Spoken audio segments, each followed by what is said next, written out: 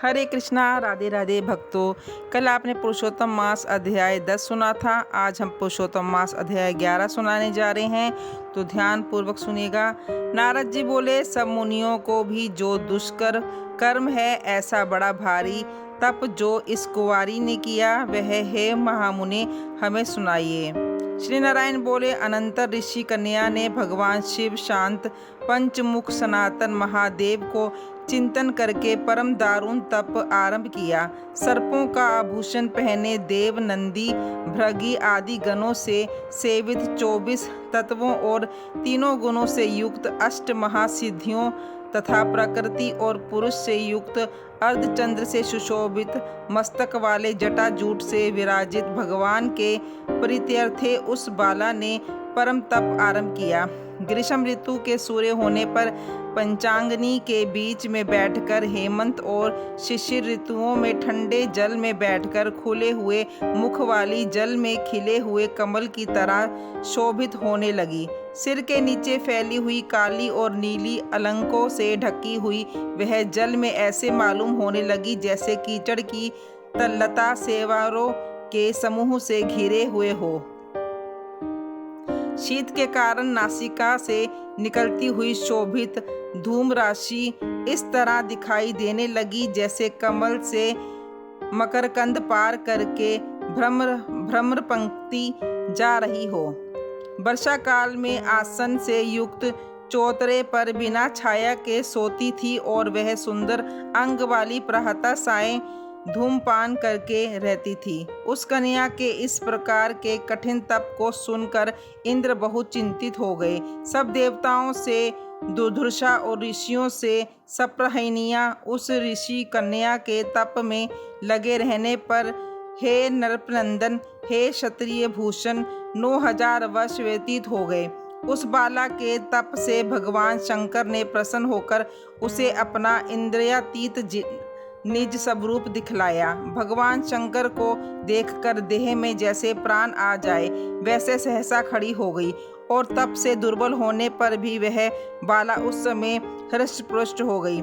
बहुत वायु और घास से क्लेश पाई हुई वह शंकर को बहुत अच्छी लगी और उस कन्या ने झुककर पार्वती पति शंकर जी को प्रणाम किया। उन विशेष वंदित भगवान का मानसिक उपचारों से पूजन करके और भक्ति युक्त चित्त से जगत के नाथ की स्तुति करने लगी। कन्या बोली, हे पार्वती प्रिय, हे प्राणनाथ, हे प्रभु, हे भर्ग, हे भूतेश, हे गौरीश, हे शंभो, हे सोमा सूर्यग्नि नेत्र, हे तमह, हे मेरे आधार मुंडित स्थिति मालिनी, आपको प्रणाम है।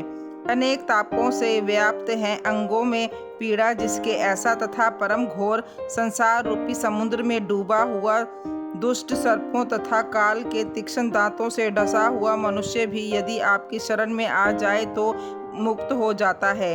हे भुवो, जिन्हों आपने बानासुर को अपनाया और मरी हुई अलंक राजा की पत्नी को जिलाया, ऐसे आप हैं दयानाथ, भूतेश, चंडिश, भाव्य, भवत्राता, मृत्युंजय, प्राणनाथ, हे दक्षिण प्रजापति के मुख को ध्वस्त करने वाले, हे समस्त शत्रुओं के नाशक, हे सदा भक्तों को संसार से छुटाने वाले, हे जन्म के हर्ता, हे प्रथम सृष्टि के कर्ता, हे प्राणनाथ, हे पाप के नाश करने वाले, आपको नमस्कार है। आपने सेवकों की रक्षा कीजिए।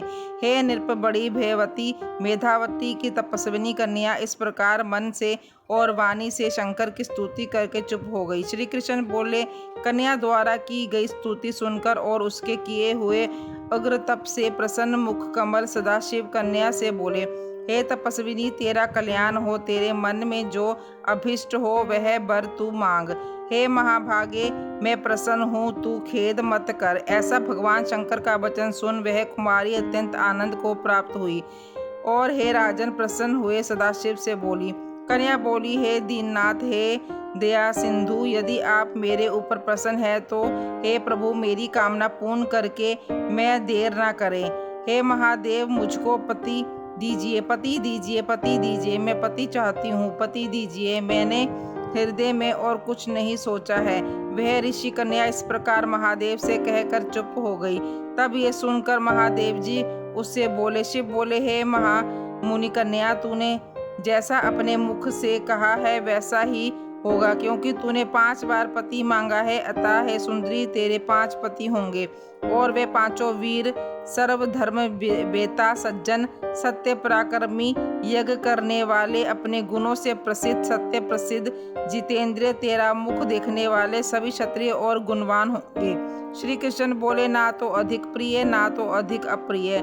ऐसे महादेव के वचन को सुनकर बोलने में चतुरा कन्या झुककर बोली। बाला बोली, हे गिरिजाकांत, सदाशिव, संसार में एक स्त्री का एक ही पति होता है, अतः 5 पति का वर देकर लोक में मेरी हंसी न कराइए। एक स्त्री 5 पति वाली न देखी गई है और न सुनी गई है। हाँ, एक पुरुष ही 5 स्त्रियां तो हो सकती हैं। हे शंभु, हे कृपा निधे, आपकी सेविका मैं 5 पतियों वाली कैसे हो सकती हूँ? आपको मेरे लिए ऐसा कहना उचित नहीं है।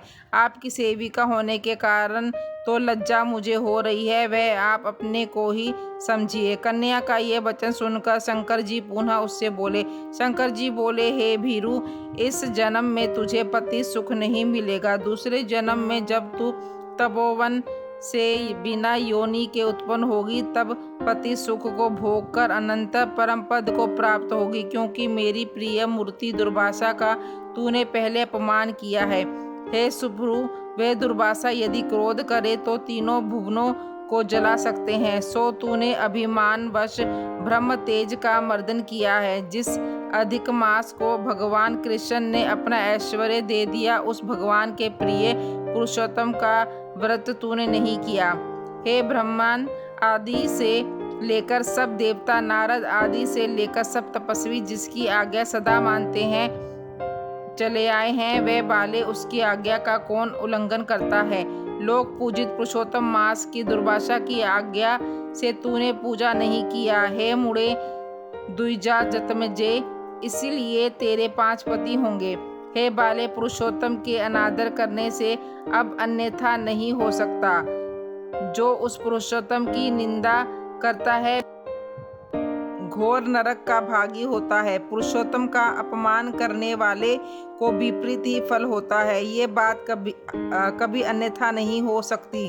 पुरुषोत्तम के जो भक्त हैं वे पुत्र, पौत्र और धन वाले होते हैं, और वे इस लोक को तथा परलोक की सिद्धि को प्राप्त होते हैं और प्राप्त हो रहे हैं। और हम सब देवता लोग भी पुरुषोत्तम की सेवा करने वाले हैं। जिस पुरुषोत्तम मास में व्रत आदि से पुरुषोत्तम शीघ्र ही प्रसन्न होते हैं, उस सेवा करने योग्य मास को हे सुमध्य में हम लोग कैसे ना भजें। उचित और अनुचित विचार की चर्चा करने वाले अतएव अनुकरणीय जो मुनि है, उन अति उत्कृष्ट श्रेष्ठ तपस्वी पुरुषों का वचन कैसे मिथ्या हो सकता है?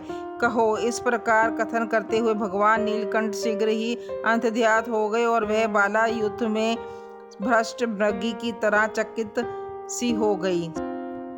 सूत जी बोले, हे मुनीश, रेखा सदृश चंद्रमा से युक्त मस्तक वाले सदाशिव जब उत्तर दिशा के प्रति चले गए, तब वृषासुर को मारकर जैसे इंद्र को चिंता हुई थी, उसी प्रकार मुनि राज की कन्या को चिंता बांध करने लगी।